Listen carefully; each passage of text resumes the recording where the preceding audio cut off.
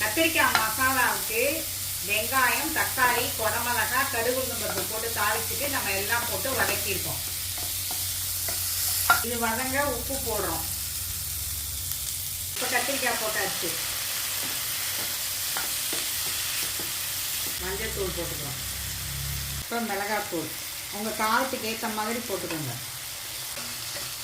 கத்திரிக்காய் வேக ஒரு டம்ளர் தண்ணி ஊற்றிடும், சின்ன டம்ளரில். இப்போ இதை மூடி வச்சுக்குவோம்.